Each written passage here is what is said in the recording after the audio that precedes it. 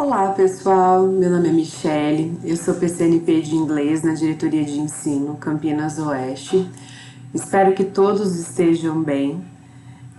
Agora nós vamos para a segunda parte da TPC de língua inglesa, né? A primeira parte vocês tiveram com os meus colegas sobre mapa mental, certo? E eu vou trazer em um momento dessa nossa fala, agora nesse segundo momento, também sobre mind map, certo? Para conectar essa ideia e também subsidiar melhor sobre tipo de trabalho, tá bom? Nós vamos conversar sobre estratégias de aprendizagem de vocabulário. Quando a gente fala sobre aprendizagem de línguas, a primeira coisa que vem à nossa cabeça é propiciar, né, trabalhar com vocabulário, certo? E aí eu fico me perguntando e pensando, né, qual que é a melhor forma de trabalhar vocabulário com os nossos alunos? Será que é apresentar as palavras e pedir que eles procurem no dicionário? Será que é por meio de jogos? Será que nós devemos indicar séries legendadas? Pensa assim, em várias possibilidades de como nós podemos trabalhar vocabulário com os nossos alunos, certo? Ou um texto, né? Então, assim, eu como professora, sempre trabalhei bastante vocabulário, às vezes não acertava muito, né? Porque também não é muito fácil. Aprender vocabulário, eu acho que é algo muito pessoal, né? Como se aprende, né? Como você faz a aquisição de novas palavras, né? Então, eu procurava ficar diversificando. Então, uma vez era texto, outra vez. Bom, não vou contar, vou deixar mais para o final, que eu vou mostrar as dicas de como eu trabalhava vocabulário e eu espero que ajude. Então, eu estava estudando alguns artigos, né, da melhor forma de trabalhar vocabulary strategies. E eu trouxe alguns fragmentos para ser um pouco mais teórico, certo? Então, eu separei alguns trechos. Lá no final também eu vou deixar para vocês a referência de onde foi tirado, tá bom? Desse estudo que eu achei bem interessante e bem válido, com algumas dicas também para trabalharmos e um bom entendimento do que é trabalhar com vocabulary, né? Então eu selecionei isso pra gente. Para Bakhtin, 1988, APUD DCES 2008, as relações sociais ganham sentido pela palavra e a sua existência se concretiza no contexto da enunciação. Para esse teórico, a palavra vem carregada de um conteúdo ou de um sentido ideológico ou vivencial existentes no contexto de enunciação, seja ele oral ou escrito, comprovando que a palavra tem sentidos múltiplos, que não existe palavra vazia. Sendo assim, é o contexto da frase que determina o significado da palavra, ou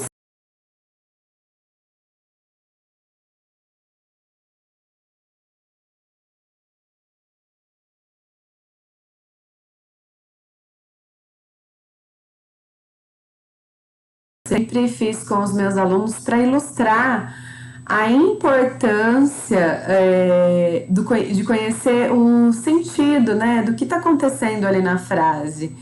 E aí eu usava muito.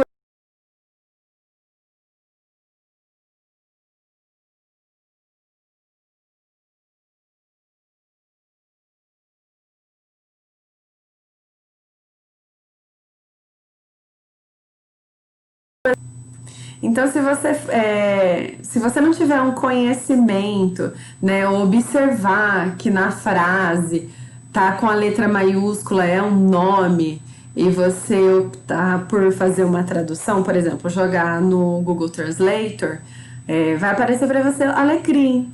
Então, já pensou uma frase? Rosemary is a beautiful girl. Então, alecrim é uma garota bonita, tá? Então, é muito essa ideia de alguns outros estudos que eu fiz. Nós tínhamos que na década de 70 trabalhar vocabulário no Brasil era basicamente tradução, certo? Pegar a palavra isoladamente e ir traduzindo as frases.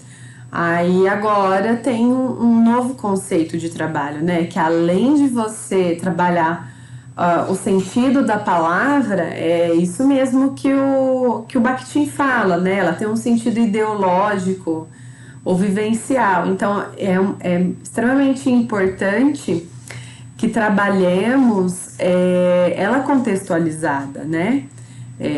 Claro, Michele, eu vou apresentar para o meu aluno que blue é azul, certo? Mas também a gente tem outras situações da própria palavra blue, né? Blue pode ser triste, entendeu? Então, essa ideia mesmo de, além de conhecer a palavra, saber o que ela representa ali naquele meio, certo?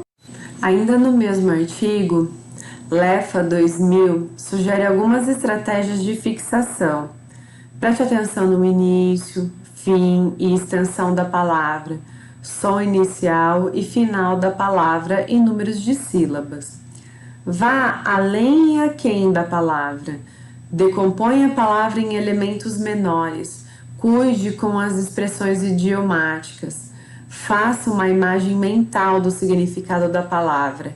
Brinque com a palavra. Faça vínculos com a palavra. Apaixone-se pela palavra. Então, assim, muitas vezes nós acabamos trabalhando um pouquinho tempo com as palavras e é diferente do que o Lefa sugere pra gente, né? Que ter mais esse tato, esmiuçar mais a palavra, brincar com ela, mostrar em várias estratégias não, em frases, em texto ou associadas de imagem, ou que o aluno tenha consciência do tamanho, de quantas sílabas pertence, isso ajuda também a fixar, certo? Faz o aluno se apropriar. Então, talvez assim, escolher poucas palavras, mas que elas pertençam a um grupo. E que este contato com essas palavras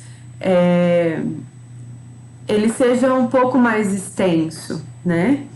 Que na realidade o que faz a gente usar as palavras é o tanto de contato que nós temos, né? Nós não, no dia a dia, nós não falamos palavras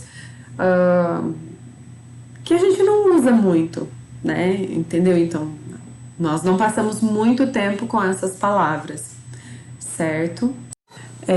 Pessoal, e só um adendo aqui no na nossa TPC é que essas pessoas que eu estou citando para vocês, elas caem em concurso, em prova do mérito, tá? Então é bem bacana nós estarmos conversando um pouco sobre elas, tá bom?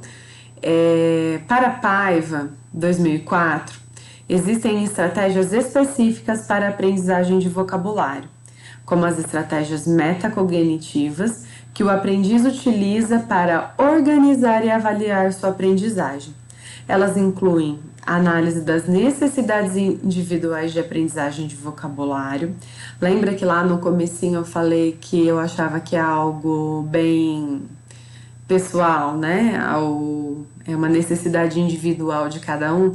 Na realidade, não sou eu que penso isso, né? É apoiado em coisas que eu li do Paiva, né? Que eu passei a entender um pouco melhor para trabalhar com vocabulário apoiado na fala dele, né? Então vamos lá. planejamento da aprendizagem, organização de cadernos de vocabulário, listagem de palavras a serem aprendidas, dentre outras estratégias. Existem ainda as estratégias cognitivas, que implicam a utilização de processos mentais para a aprendizagem, tais como técnicas diversas para memorização de novas palavras, registros de palavras e expressões, marcação da sílaba forte das palavras, consulta ao dicionário, dentre outros exemplos. As estratégias sociais também podem ser relacionadas ao aprender com o outro. Então, assim, ele apresentou várias oportunidades de trabalho, né?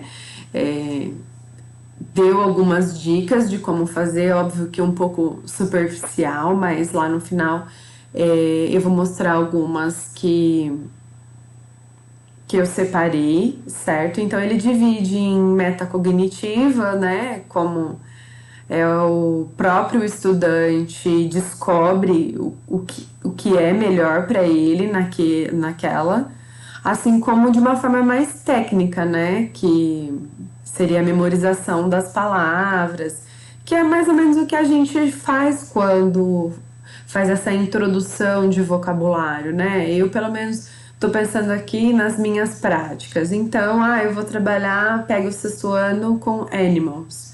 Então, eu coloco os animais e já dou a definição do que é, né? E assim, a gente vai fazendo algumas brincadeiras para o aluno memorizar, porque eu acredito que é a forma mais simples, né? Porém, ela não deve parar por aí, né? Só para a gente definir um pouco melhor o que é o metacognitivo, né? Uma aprendizagem com viés metacognitivo e uma aprendizagem por meio cognitivo. Então, eu vou começar pelo cognitivo. Por exemplo, quando nós falamos para o nosso aluno, cachorro em inglês é dog. Então, a partir desse momento, ele começa a reconhecer o quê? Que aquele animal que tem aquelas determinadas características é um cachorro, é dog. Então, aí você pede para ele, desenhe um dog, né? Aí ele vai desenhar um animal, espera-se, né, que com as características, com rabinho, orelha e pelo. Então, isso é algo cognitivo. A partir daquele momento, então, ele reconhece aquele animal com o signo de dog. O que é o metacognitivo? O metacognitivo é o processo que ele passou para entender, né? O que fez, o que levou a ele a associar aquelas características com aquele determinado animal e que até agora então para ele em inglês recebe o signo de dog, tá?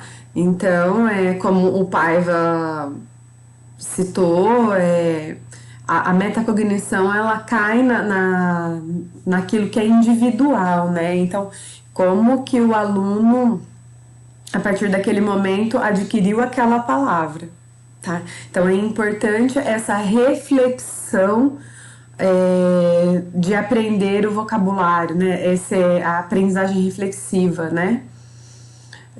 Quais subsídios, quais ferramentas eu vou utilizar para que o meu aluno consiga inteligir sobre aquilo. Ainda apoiado na fala do Paiva, ele diz para a gente o seguinte, que ela se constitui de atenção no vocabulário de interlocutores mais proficientes e auxílio de outra pessoa para entender uma palavra nova ou expressar um conceito que não se sabe nomear. Ou seja, a gente vê aí a importância do papel do professor, né? As estratégias de comunicação, também chamadas de estratégias de compensação, estão relacionadas com táticas empregadas pelo aprendiz para superar a ausência de conhecimento para permitir a comunicação. elas compreendem a aproximação, ou seja, usar a palavra de sentido aproximado para compensar o desconhecimento do vocabulário adequado. Então, assim, quantas vezes a gente está falando inglês e é algo até também da língua portuguesa que nós, ao invés de falar a palavra, aí você tenta explicar, né? Para quê? Para dar continuidade à comunicação, né? Então, assim, muitas vezes, quando nós estamos nesse processo, é, fazemos dessa forma, né? E a gente parte para a explicação ou pega algo que é parecido. Vou tentar dar um exemplo aqui, né? Ahn,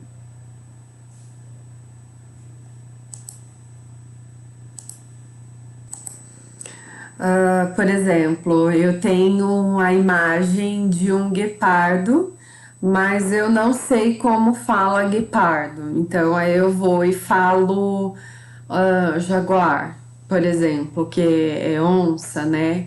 Então eu acabo, ó, tá ali nos felinos, e eu acabo usando uma palavra para dar continuação na fala, né? Eu faço essa associação. Ou seja, ao invés de usar guepard, eu acabo usando a palavra jaguar, que não necessariamente não é a mesma coisa, mas para comunicação fluir. Então, né, de tudo que a gente conversou, né, além dessas estratégias, Paiva 2004 apresenta algumas sugestões práticas, né, que é o que a gente gosta, né, é importante entender tudo isso, mas com as mãos na massa. Mapas conceituais, que é o trabalho que os meus colegas apresentaram no primeiro ATPC, né, que a gente em inglês chama de Mind Map. Prefixos e sufixos, eu acredito até que vocês já devem ter recebido algum daqueles desafios assim, aprenda 100 palavras em inglês, com essas dicas, né? Aí você vai olhar lá, tem o radical da palavra e vários prefixos e sufixos, ou seja, de de uma palavra você transforma em várias, mas está ali ainda naquele mesmo campo. É bem bacana, assim, é algo que eu utilizava bastante com as turmas de ensino médio. As palavras cruzadas, que é uma forma lúdica, né, de trazer o nosso aluno para isso. Jogos de memória, até tem um livro, quem já fez um curso comigo, eu indiquei, tem vários jogos, né? E tem lá os componentes que vocês querem utilizar. Vou deixar a dica de qual que é o livro. É para ter em todas as salas de leitura, tá? Tô até me deu um pensamento aqui de fazer uma ATPC com esse livro, né? Vou tentar, não vou prometer, mas vou tentar, tá? Caça-palavras, bingo, quebra-cabeça, forca e cartas enigmáticas, né? Uma coisa, por exemplo, que eu fazia. Planejava a minha aula e sobrava 5 minutos. Daí a gente brincava de forca nesses 5 minutos finais e o tema era as palavras que a gente tinha aprendido naquele dia, né? Então, assim, é outra também dica de polvilhar um pouquinho. É óbvio que agora, né, em meio à pandemia é difícil isso, mas é uma dica bem bacana. Eu aprendi isso num curso. Assim, a gente sabe da existência, mas eu peguei esse macete num curso que eu fiz que o professor não perdia assim um segundo da aula. Então ele fazia, independentemente, por exemplo, a aula era muito mais linguística, né, do que um trabalho de vocabulário, mas aí ele jogava esses 5 minutos finais com a forca, né? E a autora ainda cita diversos sites da internet com muitas dessas atividades. Também vai ficar na referência bibliográfica, tá bom? porque aqui eu só foi um fragmento, tá? Então vamos lá falar sobre mind map, né? Que é o assunto que vocês viram de várias perspectivas na primeira parte da TPC, e aqui eu vou conversar um pouquinho com vocês. Então eu escolhi essa imagem da internet. Eu achei bem bacana como ela ficou organizada. Mas antes da gente entrar nesse aspecto, eu quero comentar um pouco sobre as ideias de como trabalhar o mind map, né? Então, assim, é bacana, por exemplo, isso trabalhar como um warm-up, né? Como um aquecimento. Vamos pegar o exemplo do que eu usei nesse escolhido, né? Vamos falar sobre food. Porque assim, mesmo que nossos alunos tenham pouco contato com a língua inglesa no externo, se tem uma coisa que tem esse conhecimento é com food, né? Visto pelas as redes de fast food que não são brasileiras e estão aqui, e você olha os cardápios, eles têm lá McChicken, assim, não lembro, não faz parte muito da minha vida, mas assim, é algo que nossos alunos conhecem. Então, por exemplo, um trabalho bacana, vamos pegar este assunto aí. Então, você coloca lá food e faz o balãozinho. Aí você começa a criar as categorias, né? Porque o mind map, ele é uma forma de você organizar as palavras para que você memorize. E também é interessante porque você consegue abrir um leque, né? Então, como uma forma de aquecimento de uma aula, pode ser feito isso, né? Usa o mind map, coloca lá o tópico que você quer e a partir daí você vai abrindo as opções, né? Então, aí você pode pedir para o seu aluno primeiro colocar aquilo que eles quais as palavras que eles sabem em inglês. Então vai sair chicken, vai sair ice cream, vai sair popcorn, que mais? Algumas frutas, por exemplo, apple, lemon. E assim, eu acho que que eles não sabem muito são dos vegetais, né? Que aí cabe a gente repertoriar. Então vai sair, né? Milk, cheese, chocolate, cake, né? Aí o que é bacana? Depois vocês podem organizar essas ideias, né? Por exemplo, eles vai falar do chicken e vai falar eu tinha falado ice cream.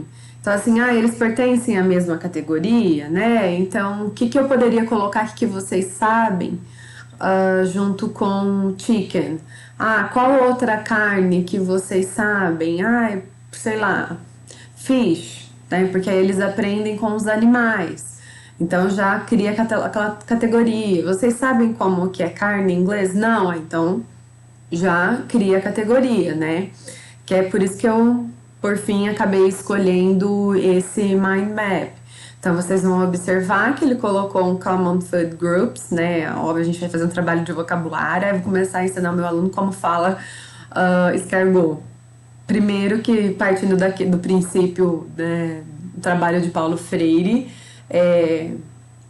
a aprendizagem tem que ser significativa, então naquele momento é interessante que você traga para o repertório dele palavras que ele tem no cotidiano, né? Então, estou fazendo uma analogia, tá?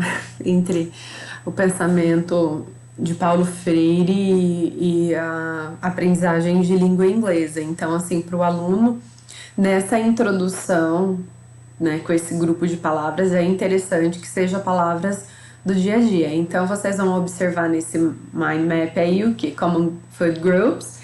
Aí ele ficou categorizado, né? Dairy, meat, confection, water, que não necessariamente, né? Water é mais para o sentido daquilo que é líquido, né? Vegetables, fruit. Aí veja assim, que dentro, por exemplo, de vegetables, tem carrot, broccoli, mushroom, onion. Aí depois para diferenciar do que é fruit, aí tem apple, lemon, avocado e assim por diante. Até algo apoiado nesse mind map que seria bacana, que eu vejo que os professores já fazem, a tabela alimentar, né? A pirâmide alimentar. Então, também é uma forma de organização e de trazer a atenção para não ficar só naquele, como eu falo peixe em inglês, fish, entendeu? Mas interagir com outros elementos, né? E, por exemplo, você vê aí no mind map, tem as categorias, tem as imagens, né? Então, assim, é uma atividade bem bacana para realmente interagir com outros elementos e não ficar naquela coisa só bem quadradinha, tá? Minha outra dica de trabalho com vocabulário é montar my vocabulary list, né? E, aliás, essa é uma dica do trabalho do vocabulário mais alinhado à produção escrita, tá? Então eu trouxe aí My Vocabulary List, então ainda apoiado sobre o tema do slide anterior, né? Que é a food. Eu pensei em fazermos assim: make sentences using a list of words, food. Aí vocês podem preparar uma lista com palavras, né? Eu tentei separar uma de cada grupo, né? Milk, cake, carrot, fish, lemon. É óbvio que na realidade é só um recorte. Vocês podem fazer com muitas palavras, né?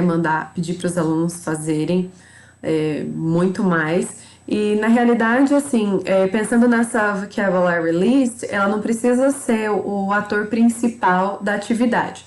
Por exemplo, vocês estão trabalhando com os alunos o simple present, né? Trabalhando um tempo verbal ou present continuous.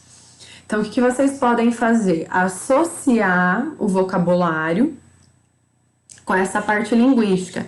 Então, se vocês observarem aí nas frases super simples que fiz, tem I drink milk every day. Então, assim, a ideia é trabalhar além do vocabulário da food, também trabalhar o vocabulário dos verbos, certo? Que eles usam para ingerir os alimentos, né? Então, você pensa no milk, drink, cake, eat, entendeu? Sei lá, carrot, I can cook carrots, entendeu? Então, assim, sempre associar a outro, porque aí a gente vai estar aquela coisa do ditado, né? Matando dois coelhos com uma cajadada só. Então, se vocês observarem aí, eu pensei em fazer essa articulação mesmo, né? Porque aí vocês podem, por exemplo, dar o destaque para a palavra que vocês querem do vocabulary.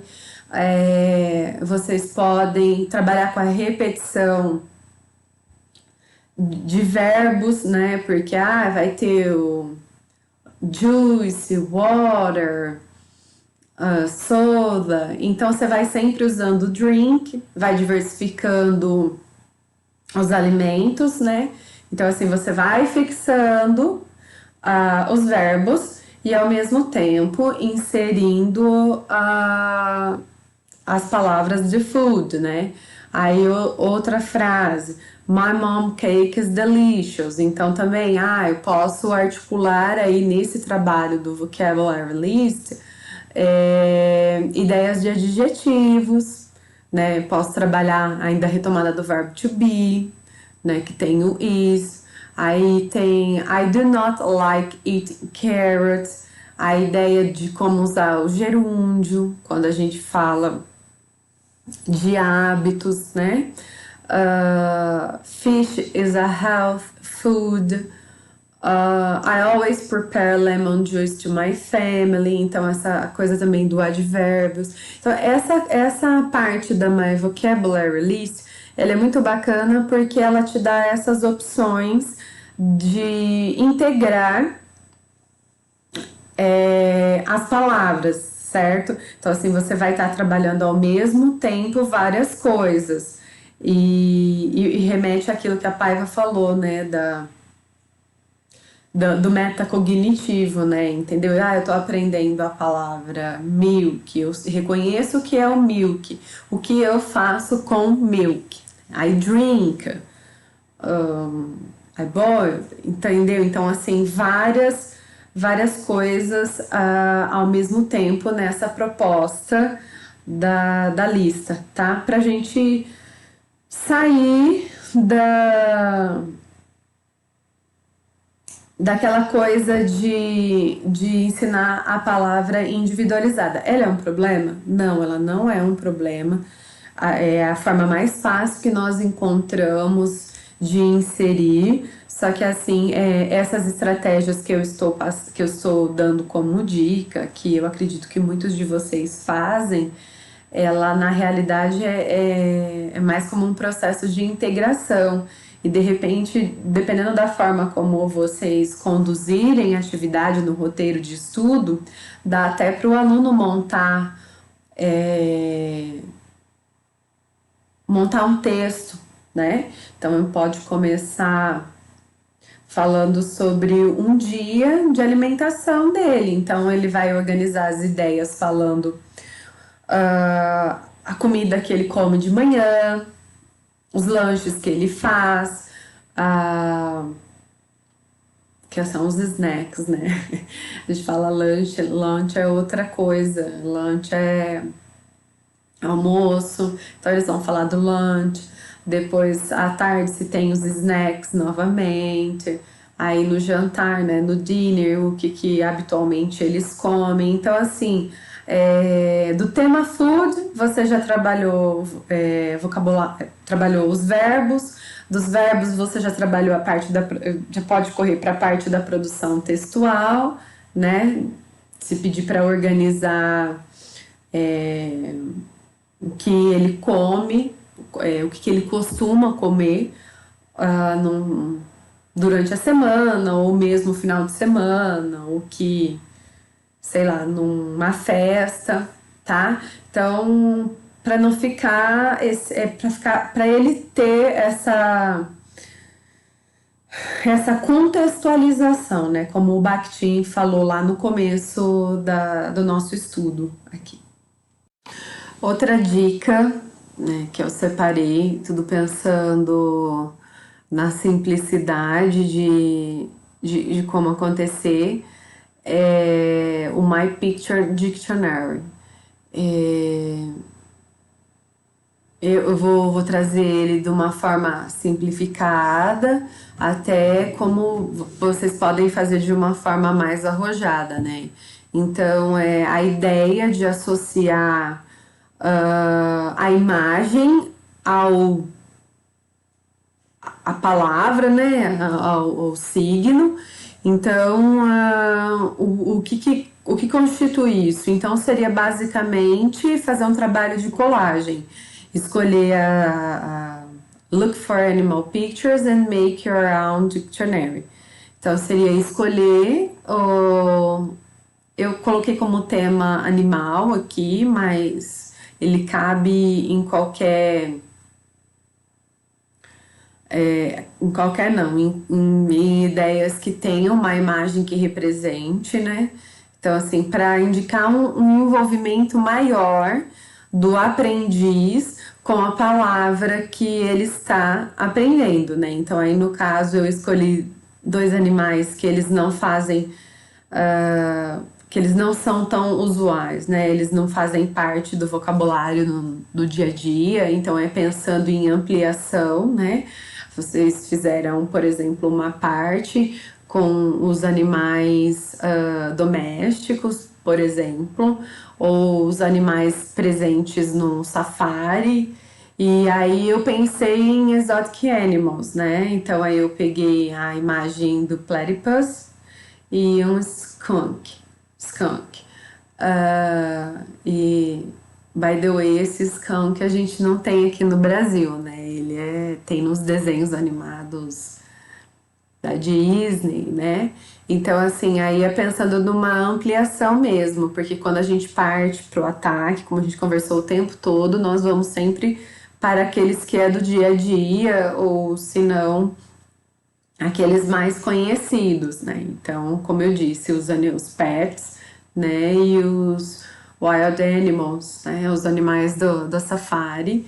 Então, tá vendo que ele vai ligando um pouco nas estratégias, nas outras dicas, né? Por exemplo, ó, pensa no animals lá. Eu trabalhei o mind map há alguns minutos com vocês falando sobre food. Então, eu posso também fazer o mesmo com animais. Então, eu crio o animal e vou fazendo as categorias, né? Então, tem pet, que aí eu posso puxar cat, dog, sei lá, o que mais pode ser um pet, né?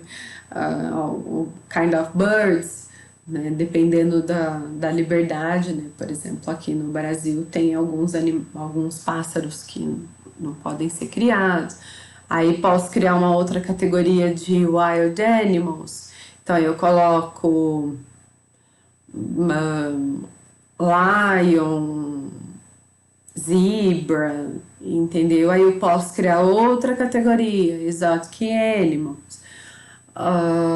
Aí eu coloquei o platypus, que tem, acho que nem tem no Brasil, skunk, né? Que tem, mas o nosso ele é diferente, tem características diferentes. Posso criar uma outra categoria de animais que elas estão em extinção, né? Então, assim, eu posso montar um catálogo, né? Esse My Picture Dictionary, ele pode ser um catálogo. Eu me lembro uma vez que eu fiz com alguns colegas de trabalho, lógico que é um trabalho interdisciplinar que nós criamos um catálogo dos animais que tinha no Zoológico de São Paulo, porque a gente ia fazer uma visita guiada em ciências. Aí eu, a professora de ciências e a professora de artes fizemos esse trabalho. A professora de ciências com as características, a professora de arte cuidou desse trabalho da colagem, de desenho, da parte estética do catálogo. E eu aproveitei para trabalhar vocabulário, né? Não só os nomes dos animais, mas também as características deles, né? De cor, tamanho. E então é uma dica, né? Para realmente fazer esse trabalho inteligível sobre o vocabulário que a gente vai trabalhar e também pensando em associar com outras coisas, né, que a gente tem que fazer, porque se você for focar só no trabalho de ampliação do vocabulário daquele grupo de palavras, vai muito tempo, né? Então aproveitar e articular para isso jogar ao nosso favor, né? Uma outra dica, ainda pensando no My Picture Dictionary, eu me lembro que uma vez eu fiz uma eletiva com uma colega, com a Fran, e a gente tinha que produzir jogos, né? E a ideia era produzir os jogos em português e em inglês. E eu fiz o Super Trump, né? Então, falando das características dos animais, né? Uma outra dica é talvez pedir para os alunos produzirem os cards aí no caso vocês não precisam fazer com animais, né? Podem fazer com objetos. O Super Trump é aquele cardzinho que você joga e tira e fala qual que é a potência. Então aí, por exemplo, eu escolho o meu card é do Lion. Aí eu vou e falo que eu quero que todo mundo fale wave, né? Então, eu quero que fale o peso dele. Aí todo mundo tira o cardzinho. É que agora eles não vão brincar, né, com isso devido ao distanciamento social, mas é muito bacana também para essa retomada, né? É o Super Trump, que é possível confeccionar, né? Fazer esse trabalho da, como eu falei anteriormente, da colagem, tá? Outra ideia. E a terceira dica, né, é o My English Dictionary. Então, seria criar um dicionário com as definições.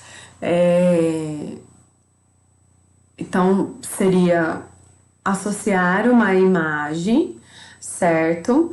E falar sobre aquele. Vamos dar continuidade, né? No caso, nós estamos falando de animals. Então, vocês podem, por exemplo, eu coloquei aí como um exemplo o platypus, né? Que é o ornitorrinco.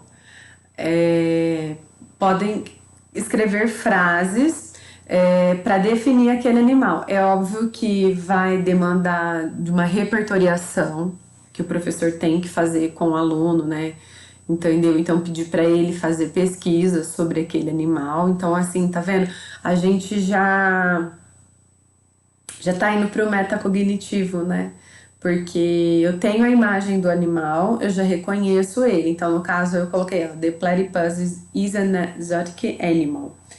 Então, assim, eu já dei uma definição para ele, certo?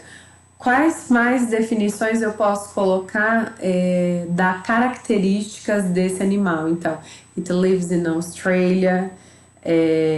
Aí vocês podem pedir para abrir, por que que ele vive na Austrália? Por que que não tem no Brasil? Um exemplo, né? Aí vocês podem pedir para eles definirem a visão que eles têm, né? Do caso aí que eu coloquei, o ornitorrinco, que para mim, né, Michelle, é uma mistura de roedor com pato, né? Ele é um diferentão. E vocês podem colocar as impressões que vocês têm. Sei lá, vocês mesmo podem mandar as imagens para os alunos e pedir para eles construírem. Então, assim, tudo vai depender da comanda que vocês vão dar para os alunos, né? Toda essa conversa, essa fala que eu tive com vocês sobre como trabalhar vocabulário, basicamente para a gente sair um pouco do trabalho no vocabulário no texto, né? Para sair um pouco dessa coisa da tradução e movimentar lá dentro da cabecinha deles, né? O que representa cada palavra nova que a gente vai aprendendo, com que elas se relacionam, puxar o gancho de. Eu falei de comida, de food, mas aí eu puxei o gancho com hábitos, ou seja, que são ações que vão indicar uma rotina, que eu posso partir para o trabalho com verbos, sei lá, quando eu falo de características, então eu estou mobilizando o conhecimento deles, por exemplo, para falar de cores, eu posso inserir a fala de formato, entendeu? Então, assim, o vocabulário, ele vai estar presente em tudo, então é só mesmo uma discussão, algumas ideias para a gente trabalhar. Tem problema trabalhar a tradução de texto, indicar vocabulário lá no final do texto? Tem problema? De maneira alguma, tá? São só reflexões de trabalharmos com outras formas também, né? Ainda mais assim, um período que fala tanto do ensino consciente de língua, então é meio que trazer o seu aluno para produzir aquele conhecimento, né? Para sair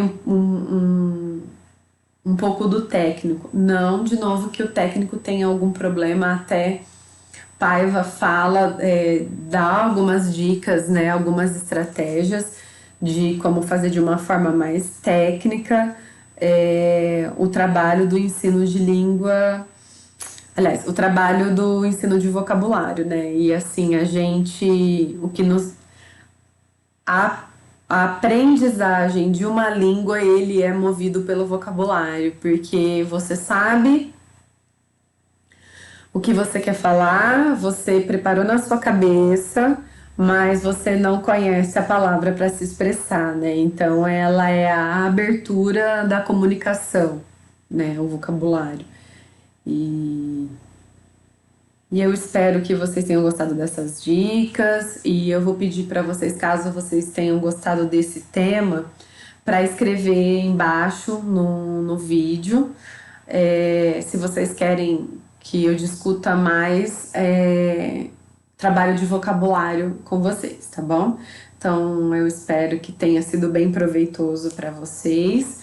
Eu gosto bastante de falar de vocabulário, foi algo que eu me propus a estudar porque eu tinha muita dificuldade de como transmitir. Eu me lembro que quando eu comecei a aprender inglês, eu pensava assim, apesar de gostar muito, meu Deus, eu nunca vou aprender inglês porque eu vejo uma palavra e em 30 segundos eu esqueço ela. Então, eu espero que vocês tenham gostado e, e gostaria que vocês colocassem sugestões, tá bom? Se querem que continue falando de vocabulário, se tem algum outro tema que vocês acham que vai enriquecer bastante, ok?